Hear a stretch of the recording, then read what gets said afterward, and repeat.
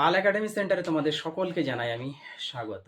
আজকে ক্লাস 7-এর যদি তোমরা অঙ্ক বই বের করো, বিশেষ করে তোমাদের কোষে দেখি 3 এই যে অধ্যায়, এই অধ্যায়টি যদি বের করো তাহলে তোমরা দেখতে পাবে যে 5 নাম্বার এবং 6 নাম্বার এই যে দুটো অঙ্ক আমি লিখে রেখেছি, এই দুটো অঙ্ক তোমরা দেখতে পাবে। সেটা তোমাদের বইয়ের পেজ নাম্বার 44 নাম্বার পেজে দেখতে পাবে।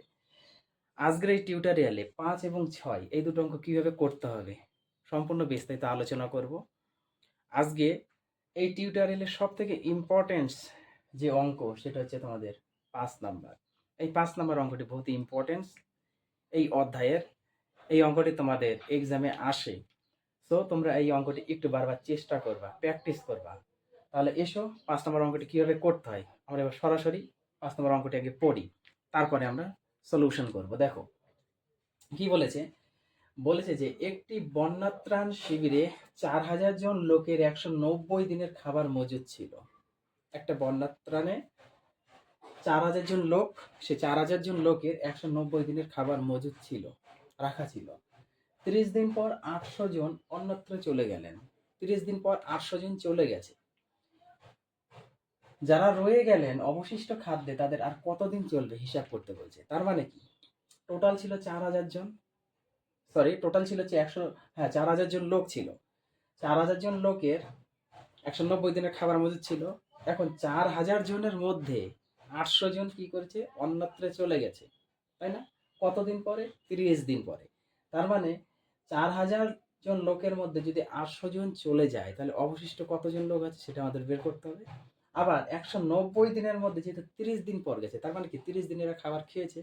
তার মানে 190 দিনের মধ্যে যে 30 দিন তারা খাবার খেয়ে ফেলে, তাহলে কত দিনের খাবার অবশিষ্ট আছে সেটা আমাদের একটু বের করতে হবে। এই দুটো আগে কথা আমরা একটু লিখে বের করি।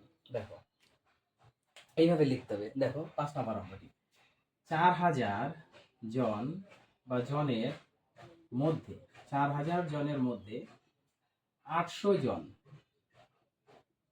অন্যত্র চলে গেলে অবশিষ্ট লোক আছে, কত? 4000 বিয়োগ 800 সমান সমান কত? 3200 জন, তাই না? 3200 জন লোক এখনো আছে। আবার দেখো 190 দিনের মধ্যে 30 দিন, তাই না? 30 দিন খাবার খেয়ে ফেললে 190 দিনের মধ্যে 30 দিন খাবার খেয়ে ফেললে অবশিষ্ট খাবার থাকে, অবশিষ্ট খাবার থাকে সমান সমান 190 মাইনাস 30 সমান সমান 160 দিনের, তাই না? এই হচ্ছে আমাদের এতটুকু লিখতে হবে। এখন আমরা সব ডাটা বসাবো। দেখো কি হবে, কি কি ছিল? জন ছিল আর দিন ছিল। তাহলে জন আর একটা হচ্ছে আমাদের দিন। জনে কত? 4000। এবার দিনে আমাদের কত? 160 দিনের এখন আমাদের আছে, অবশিষ্ট 160 দিন। তার মানে কি 4000 জন লোক নিয়ে আমাদের করতে হবে, কিন্তু অ্যাকচুয়ালি 4000 জনের 160 দিন। এখন আমাদের জন বেরিয়েছে কত?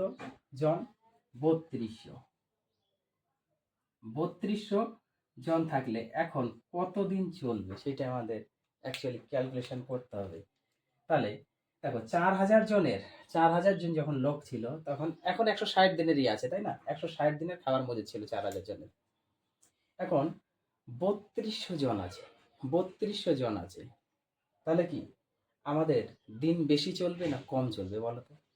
4000 জনের 160 দিন চলে, তাহলে 3200 জনের অবশ্যই দিন বেশি চলবে। তাহলে বেশি যদি চলে তাহলে কি হবে, যখন রাশিটা কমে গেছে তখন অন্যটা বাড়ছে, মানে এটা কমলো ওটা বাড়লো, তার মানে এটা কি ব্যস্ত অনুপাতে আছে। তো আমরা লিখতে পারি এইভাবে, ব্যস্ত অনুপাতে থাকলে প্রথমে তাহলে মানে 3200 হবে, ইস্টু পরে 4000 জন হবে, ইকুয়াল টু এদিকের 160 ইস্টু এক্স, তাই না? তাহলে আমরা সরাসরি দুটো শূন্য শূন্য এখান থেকে একটু কেটে দিই, এই দুটো অনুপাত থেকে কেটে দিই। তাহলে থাকলো আমাদের 32/40 থাকলো সমান সমান 160/x, তাই না? আমরা যদি ডাইরেক্ট 16 দিয়ে যদি কাটি, দেখো 16 দিয়ে যদি কাটি তাহলে 16 10 160, 16 2 32, তাই না? কাটলাম। এবার 2 দিয়ে যদি 40 কাটি তাহলে হবে 20, 20 2 40, বা দিয়ে এবার 20। তাহলে উপরে কিছু নাই, মানে 1 বাই নিচে 20 ইকুয়াল টু 10/x। কোনাকুনি যদি আমরা গুণ করি, x সমান সমান 10 × 200, অর্থাৎ x এর ভ্যালু আমরা যেটা বের করবো সেটা হচ্ছে 200 বেরোলো। তার মানে কি অবশিষ্ট, কি বলেছিল, অবশিষ্ট খাদ্যে তাদের আর কতদিন চলবে? অবশিষ্ট খাদ্যে তাদের আরো 200 দিন চলবে। তাহলে এই হচ্ছে যে 5 নম্বর অঙ্ক। সেই 5 নম্বর অঙ্কের কিন্তু সমাধান, খুব ইম্পর্টেন্ট অঙ্কটা, একটু তোমরা পড়বা। এই অঙ্কটা বারবার কিন্তু তোমাদের পরীক্ষাতে দেয়। এবার আসি আমরা 6 নাম্বার, এটা একটু মুছি। 6 নম্বর অঙ্কটি একটু পড়ো, দেখো কি বলেছে। বলেছে যে 3টি ছাতা বা একটি চেয়ারের দাম, তাই না? 3টি ছাতা বা একটি চেয়ারের দাম 600 টাকা। আচ্ছা, এবার বলেছে 2টি ছাতা ও 2টি চেয়ারের দাম কত হিসাব করে লিখি। খুব ইম্পর্টেন্ট। দেখো, এটাও একটা মজার অঙ্ক, কিন্তু বুঝতে হবে। আমাদের প্রথম যে লাইনটির মধ্যে বলেছে সেটা কন্ডিশন, দেখো কিভাবে বলেছে, একটু বোঝো। বলেছে যে 3টে ছাতা বা একটা চেয়ার। তাহলে আমরা কি লিখতে পারি এখান থেকে? সরাসরি এভাবে লিখতে পারে না যে একটি চেয়ার সমান সমান কত? 3টি ছাতা, তাই না? কারণ বলে দিয়েছে তো, বা দিয়ে দিয়েছে। তার মানে 3টে ছাতা বা একটা চেয়ারের দাম 600 টাকা। তার মানে একটি চেয়ার ইকুয়াল টু 3টে ছাতা। আমরা ছাতা নিয়েও করতে পারি, চেয়ার নিয়েও করতে পারি, কোনোটাই আটকাবে না। এবার দুটি চেয়ারে মানে কতগুলি ছাতা হবে? তাহলে একটিতে যদি হয় 3টে, তাহলে 2টি চেয়ারে হবে অবশ্যই বেশি হবে, 3 × 2 সমান সমান 6টি ছাতা। এখন 2টি ছাতা ও 2টি চেয়ার মানে মোট কতগুলা হলো? দেখো, আমরা কি করেছি, চেয়ারকে ছাতা করে নিয়েছি। তার মানে 2টি ছাতা ও 2টি চেয়ার সমান সমান 2টি ছাতা প্লাস 2টি চেয়ার মানে কত? 3টে ছাতা। তাহলে 6টি। দেখো, 2টি ছাতা বসে যাবে প্লাস, এবার 2টি চেয়ার মানে কতগুলা? 6টি ছাতা। তাহলে 6টা এখানে হবে। টোটাল আমরা পেলাম 8টি ছাতা পেয়ে গেছি, তাই না? তাহলে 8টি ছাতা, তাহলে 2টো ছাতা প্লাস দুটো চেয়ারে যে আমরা বসে দিয়েছি 6টি ছাতা, টোটাল 8টি ছাতা। আমরা ছাতা করলাম। এখন আমরা ডাটা বসাই। দেখো কি কি ছিল, ছাতা হবে এখন, তাহলে ছাতা আর কি হবে? টাকা। তাহলে 3টে ছাতা দাম হচ্ছে আমাদের কত? 600 টাকা। এখন ছাতা আছে 8টা, 8টার দাম কত হবে আমাদের বের করতে হবে। দেখো, 3টের দাম যদি 600 হয় তাহলে 8টার দাম অবশ্যই বেশি হবে।